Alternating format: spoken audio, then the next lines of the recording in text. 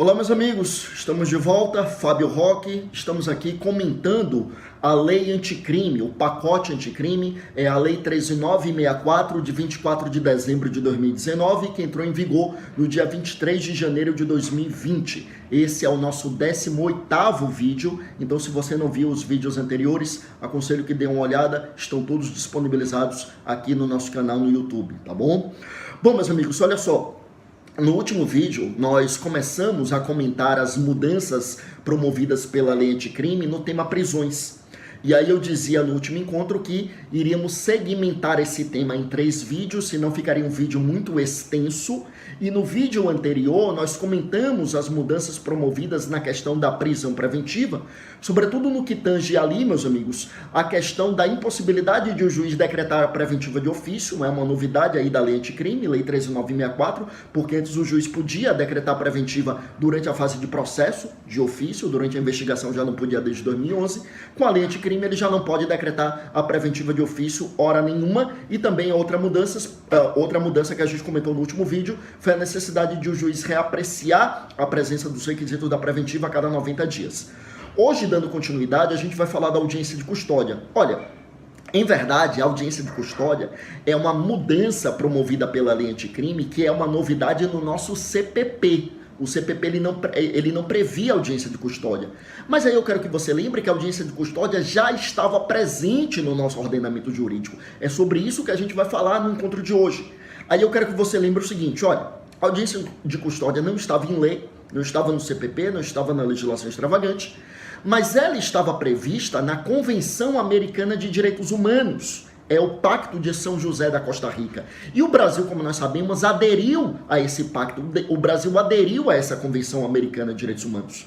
A convenção já previa, desde a sua aprovação, que toda pessoa que fosse presa ou detida, né? E aí utilizava as duas expressões para que não se fizesse o jogo de expressão para dizer que não foi preso, só foi detido. Não, toda pessoa presa ou detida deveria ser levada à presença da autoridade judiciária. E o Brasil aderiu à Convenção Americana de Direitos Humanos e durante muito tempo nós simplesmente negligenciamos a necessidade de conduzir a pessoa custodiada à presença da autoridade judiciária.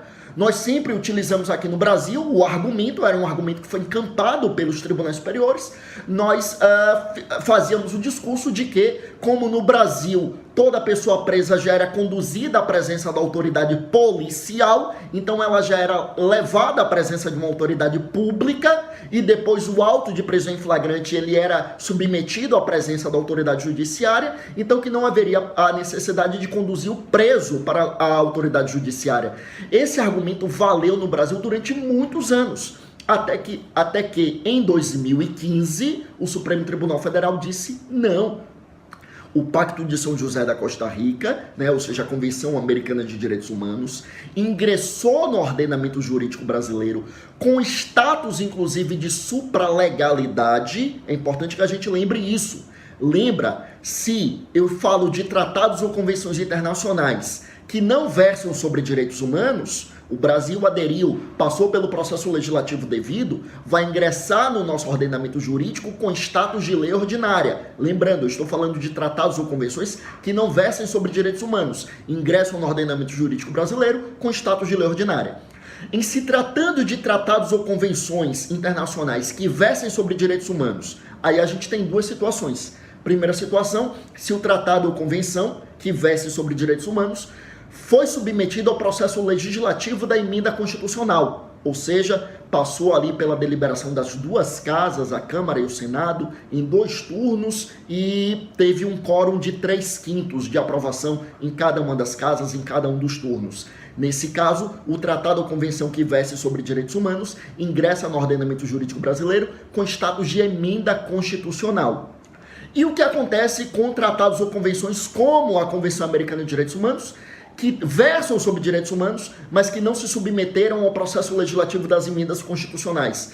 Aí elas ingressam no ordenamento jurídico brasileiro com status de supralegalidade, ou seja, estão abaixo da Constituição e acima da lei. Entre a Constituição e a lei é criada uma nova categoria, que é a categoria da supralegalidade, que é justamente para esses tratados e convenções de direitos humanos que não passaram pelo processo legislativo da emenda constitucional.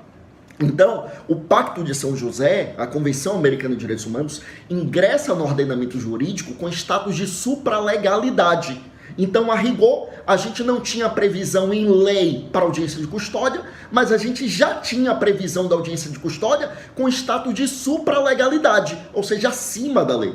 Então, a rigor, a inserção no Código de Processo Penal da previsão da audiência de custódia, a rigor, não significa que a gente vai mudar aquilo que a gente já vinha fazendo desde 2015, que é justamente a realização das audiências de custódia. Mas é bom que esteja presente no CPP, é bom que a gente tenha previsão expressa relacionada a essa audiência.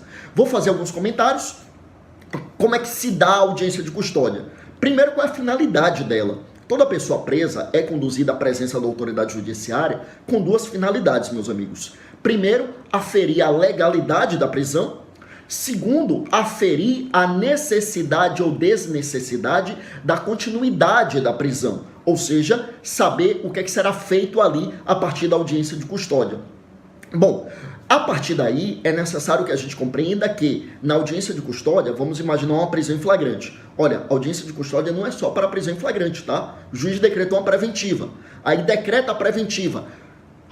Foi efetivada a prisão preventiva, quer dizer, a autoridade policial cumpriu o mandado de prisão. Esse preso é conduzido à presença do juiz? É. Por quê? Porque não é apenas para analisar os requisitos da preventiva. Isso o juiz já tinha analisado, mas o juiz precisa analisar a legalidade da efetivação da prisão em flagrante. Tá? Bom, mas vamos imaginar uma prisão em flagrante. Eu falei a legalidade da prisão em flagrante, não, a legalidade do cumprimento do mandado de prisão no exemplo anterior. Mas vamos imaginar a prisão em flagrante. O sujeito foi preso, aí ele, veja, como é o procedimento, né? Ele é conduzido à presença da autoridade policial primeiro. A autoridade policial tem 24 horas para realizar todo o procedimento, que vai culminar na lavratura ou não do auto de prisão em flagrante. Se realizar a lavratura do auto de prisão em flagrante, aí a autoridade policial vai encaminhar o auto de prisão em flagrante para o Poder Judiciário e o Judiciário terá o prazo de 24 horas, veja que aí já são 24 horas a partir do momento em que o auto chega até a autoridade judiciária, então são 24 horas a partir do momento em que chega ali a autoridade judiciária para designar uma audiência de custódia. Nessa audiência de custódia, então, é imprescindível a presença do Ministério Público e do defensor do preso. Então, é o preso conduzido à presença da autoridade judiciária e o juiz vai ouvir o preso na presença do Ministério Público e também ali de um defensor. Se não tiver um defensor, nomeia-se um defensor ad hoc, que preferencialmente será um defensor público. Tá? E aí eu repito, o objetivo da audiência de custódia não é ingressar no mérito, não é produzir prova. A gente ouviu aí alguns relatos na imprensa de alguns juízes que na audiência de custódia mesmo, o MP já oferecia a denúncia, já tinha a resposta à acusação ali da defesa, já fazia a instrução na audiência de custódia e na audiência de custódia já saía com sentença e isso foi aplaudido como celeridade processual. Calma, uma coisa é uma coisa, outra coisa é outra coisa. A audiência de custódia não é para isso. Lembra que quando a gente fala em razoável duração do processo, significa um processo que não seja excessivamente moroso, porque isso fomenta a ideia de impunidade e isso consagra a ideia de injustiça, mas o processo também não pode correr demais, o processo tem um tempo de maturação, o processo que corre demais, ele atropela os direitos e garantias individuais, então nem tanto ao mar, nem tanto à terra. Razoável duração é um processo que não seja excessivamente moroso, mas ele também não pode ser excessivamente célere. A audiência de custódia não é para o MP oferecer denúncia, não é para a defesa apresentar resposta à acusação, não é muito menos para colher instrução. A audiência de custódia é para aferir a legalidade da prisão e a necessidade ou desnecessidade da continuidade da prisão. Por isso, meus amigos, isso é o que diz a resolução do CNJ, Conselho Nacional de Justiça, que versa sobre as particularidades da audiência de custódia. O juiz não deve se imiscuir em questões atinentes ao mérito da questão. O juiz deve formular questões que digam respeito ali à prisão, à legalidade ou ilegalidade da prisão, tá? E aí, meus amigos, ao final da audiência de custódia, aí 4 alternativas se abrem ao juiz. Primeiro, reconhecer a ilegalidade da prisão e, consequentemente, determinar o seu relaxamento, é a primeira alternativa. Segundo, seria converter estou falando do exemplo da audiência de custódia na prisão em flagrante, seria converter o flagrante em prisão preventiva, isso, claro, desde que presentes os requisitos da prisão preventiva.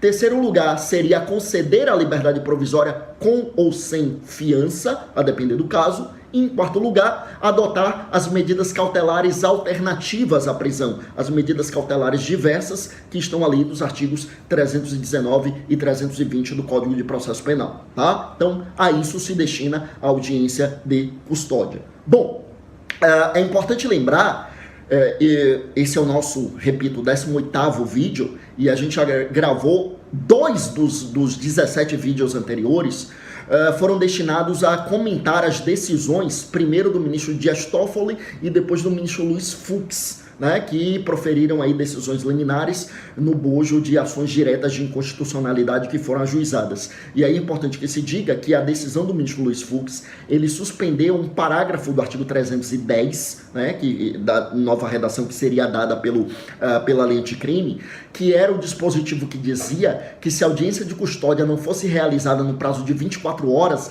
a partir do momento em que os autos chegaram até o juiz, eu comentei aqui que são 24 horas para realizar a audiência de custódia, só que o CPP, com a redação dada pela lei anticrime, dizia que se essa audiência de custódia não fosse realizada no prazo de 24 horas, a prisão seria relaxada. E o ministro Luiz Fux suspendeu esse dispositivo que determinava o relaxamento da prisão, no entender dele, afrontava a ideia de razoabilidade e de proporcionalidade, porque desconsiderava as particularidades locais, né, em determinados lugares não seria possível a realização nesse prazo, e aí não seria razoável determinar necessariamente o relaxamento da prisão, tá? Então, é isso, meus amigos, essas as considerações sobre a audiência de custódia, que agora está expressa no nosso CPP, por exemplo, no artigo 310, há outras passagens em que se fala de audiência de custódia, mas minuciosamente no artigo 310 do nosso CPP, e aí lembrar essa parte que foi suspensa pela decisão do ministro Luiz Fux, que determinava necessariamente o relaxamento da prisão,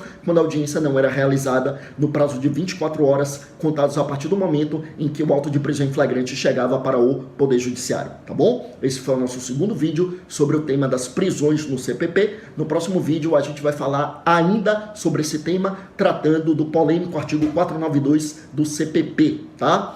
É isso, meus amigos, a gente encerra por hoje, foi um prazer mais uma vez, fiquem com Deus, até a próxima, bons estudos.